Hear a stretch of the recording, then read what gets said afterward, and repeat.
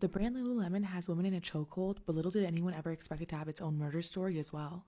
On March 12, 2011, a manager of the Lululemon store in Maryland arrives early to the store to start the day. When she walks in, she's met with a gruesome scene. She sees one worker, Janet Troxell Murray, a graduate student at Johns Hopkins University, lying dead in a pool of blood, and another coworker, Brittany Norwood, with her hands bound with plastic ties but still alive. When investigators arrive, they quickly examine the scene and question Norwood as to what happened. She stated that her and Murray were closing the shop together the previous evening and left around 9:45, but both returned after Murray realized that she had forgotten her wallet. That's when two men in ski masks burst into the store, attacking and sexually assaulting both of them. Norwood stated that Murray tried to fight back and that's why she was killed. When an autopsy was performed, it showed that Murray might have struggled with her attacker for as long as 20 minutes before she died. Her autopsy showed horrific injuries that included over 300 blows to the head, a fractured skull, stab wounds, and a severed spinal cord. Ultimately, what killed Murray was the wound to the back of her neck that severed her spinal cord and went all the way to her brain. This area of the brain is critical for function. She wouldn't have been able to live very long after this and would have had no voluntary movement to defend herself. Police quickly launched an investigation, talking to nearby stores and began a manhunt for the perpetrators. When they spoke to Apple employees about that night, who were also closing up, they stated that they heard a woman's voice saying, "Don't do this, talk to me, what's going on?" And then the same voice later saying, "God help me, please help me." The employee didn't call authorities because they thought it was just drama. As investigators questioned Norwood a few more times, they noticed inconsistencies in her story and immediately became suspicious of her. She told police that she had never been in Murray's car, but detectives had found her blood in the vehicle's door handle, gear shift, and steering wheel. On March 18, 2011, Norwood was arrested and charged with Murray's murder, and police unraveled the truth about what really happened. It turns out, at the end of the night, when the two women were about to leave and were doing back check on each other, Murray discovered stolen leggings in Norwood's purse. Shortly after leaving the store, Murray called her manager to let her know of the merchandise theft, and right after this, Norwood called Murray stating that she had left her wallet in the store. This is when Norwood used items from the store's toolkit to brutally attack Murray, including a hammer, a knife, a merchandise peg, a rope, and a box cutter. Then, she left the store and moved Murray's car to a parking lot 3 blocks away. She sat in her car for 90 minutes trying to come up with a plan to cover up her crime. Then, she went back to the store and put her plan to action. She took money from the cash register to stage a robbery, sliced open her own forehead, and cut a gash in Murray's pants to make it seem like she had been assaulted. She also used a men's 14-size shoe, jumped in a puddle of Murray's blood, and walked around the store to make it seem as if the male attackers had been inside. Finally, she tied her own hands and feet with zip ties and settled into the bathroom waiting for morning. After the 6-day trial for the Lululemon murder in January 2012, Brittany Norwood was found guilty of first-degree murder and sentenced to life in prison without the possibility of parole.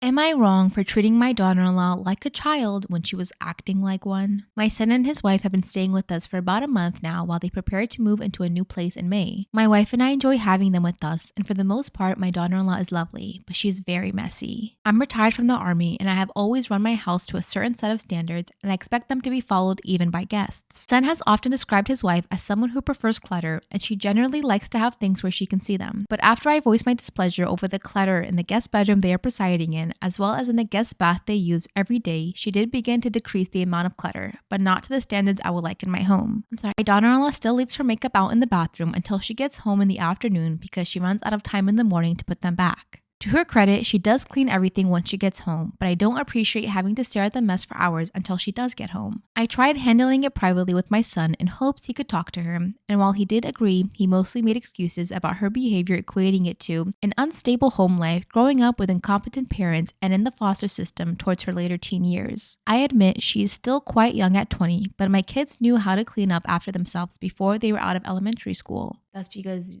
they were your kids and you taught them. My frustrations over the situation grew to head one day when she yet again left her makeup out in the bathroom, and in response, I took a trash bag and placed all of the makeup and everything underneath the sink that was hers as well. And then in the guest bedroom, every piece of clothing she owned. Ooh. I had no intention of actually throwing her belongings in the trash, but I wanted to show how serious I was on the matter, and I thought maybe handling it how I would have handled a teenager would have given her a bit of a wake-up call since she had seemed to miss out on it in her childhood. My daughter-in-law came home before my son, and when she discovered her things in the trash bags outside of the front door, I could tell she was rather shell-shocked. I didn't yell, but I was stern when I explained to her that her behavior had been very disrespectful, and if it continued, she would have to leave my house. My daughter-in-law didn't say much and just looked at me with wide eyes the whole time. And then when I was done, she apologized and took all of her things back inside the room she was staying in. I could hear her crying, which seemed to me to be dramatic, and when my son got home, he apologized for my daughter-in-law's messiness, but said that the way I handled the situation was too far. I told him it was my house, my rules. Now my daughter-in-law has been keeping all of her things in her car and won't even place them in the house at all. She also has become very reserved when I am around, but is completely fine around my daughters and wife. The mess stopped, but now there is an awkwardness in the house.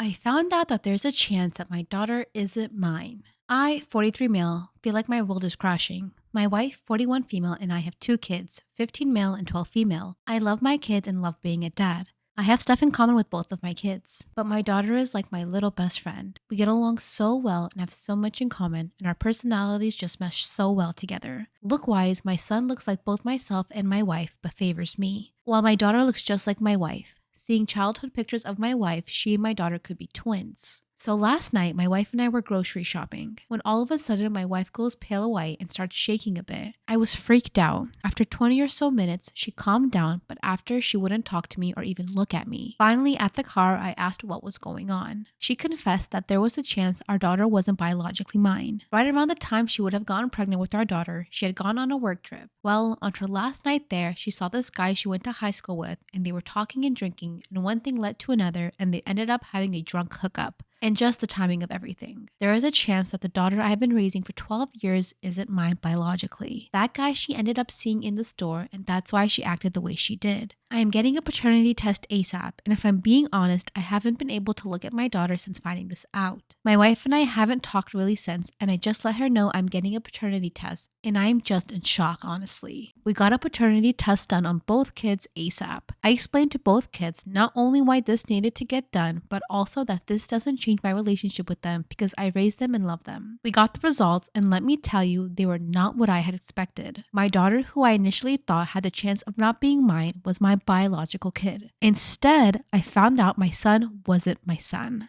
I questioned my soon-to-be ex-wife. Turns out she had another affair with my brother for a short period. I was in shock to say the least. She tried saying she only cheated once before she became pregnant with my daughter. Now I'm finding out that biologically my son is my nephew.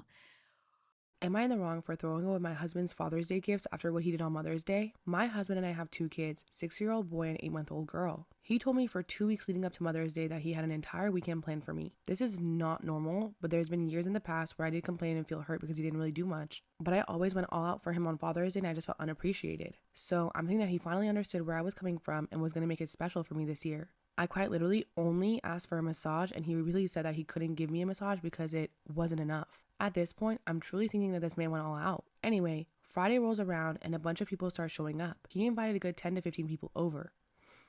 I think I knew 2 people. He called it the Mother's Day bonfire. We had a fire all right, but I was the only one who chased the kids around all evening. My 6-year-old while holding the baby and some other person's 2 kids because they weren't watching them. And quite literally, no one spoke to me. I wasn't acknowledged until the very end of the evening, and that was by my husband's buddy who told me that he was stealing my husband to go out 4-wheeling.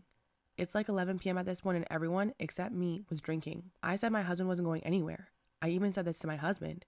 You're drinking, you're not going anywhere. He took that as, oh, I need to find a DD and then I can go. So he asked the neighbor to drive him around and took off with everyone. I'm extremely hurt at this point because this was my promised weekend and I got stuck with other people's kids, wasn't spoken to at all, had a mess to clean up, and now my husband's taking off. I explained how hurt I am the next morning. He says that he gets it and apologizes and says that he had too much to drink and wasn't really thinking clearly. Okay, I get it. It's whatever. We didn't do anything Saturday because he spent half of the day sleeping off a hangover. Well, Sunday rolls around and his boss calls him at 6 a.m. and asks him to come into work because they are short-staffed, and he said yes. So I expressed hurt and said, but it's Mother's Day. And he says, I know, I'm sorry, I just don't want to pass up the opportunity for more hours, which I get that too, so whatever. He gets home at 5 p.m. and starts getting the kids dressed and ushers toward the door, so I'm thinking we're finally going to go celebrate. We end up going on a walk. I love walking, but 5 minutes in and he's complaining and has to turn around because of the black flies. They weren't even bad. When we get back home, he lays on the couch and says, oh, your gift is in the truck. So I go down and it's a $5 storage container for sugar and flour. I do like stuff like this, but I'm so hurt at this point. I asked him if I could at least get a massage and he says, I'm sorry, babe, I'm just so tired, and falls asleep around 8 p.m. when he usually doesn't even go to bed until midnight or 1 in the morning.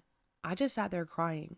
I took the 3 gifts that I had already bought him for Father's Day and chucked them in the trash can. Personalized items that cost me more than I want to admit, but I don't even care anymore.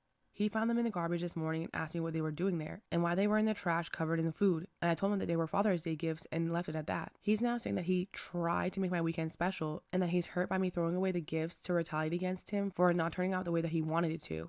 Today I messed up by staying in touch with my psych ward friend. A few months ago, I was in a youth psych ward due to depression.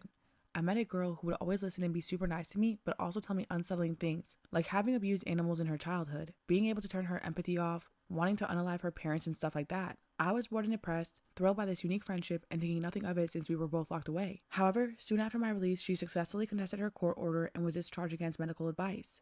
We continued to text after that. I realized that I was the only person she could confide in and felt bad for her. She would tell me about how bad she was doing and about her unaliving thoughts. Until one day, she sent a voicemail telling me how she was planning a whole rampage to unalive all the people that had wronged her. Alarmed, I went to the police who, after questioning me, paid her a visit. They called me and said that they didn't think she was a danger at all and was probably just angry when saying that. Naturally, she concluded that it was me who had betrayed her, but I tried my best to convince her it had probably been by my parents who had checked my phone and reported it, and at least she pretended to believe me. Fast forward to today. I suddenly noticed a photo that she had sent without any context. When I clicked on it, my jaw dropped. It showed her posing with bloody hands and face, a lighter in her hand, and a burning stove in the background. I concluded the worst and went to the police ASAP.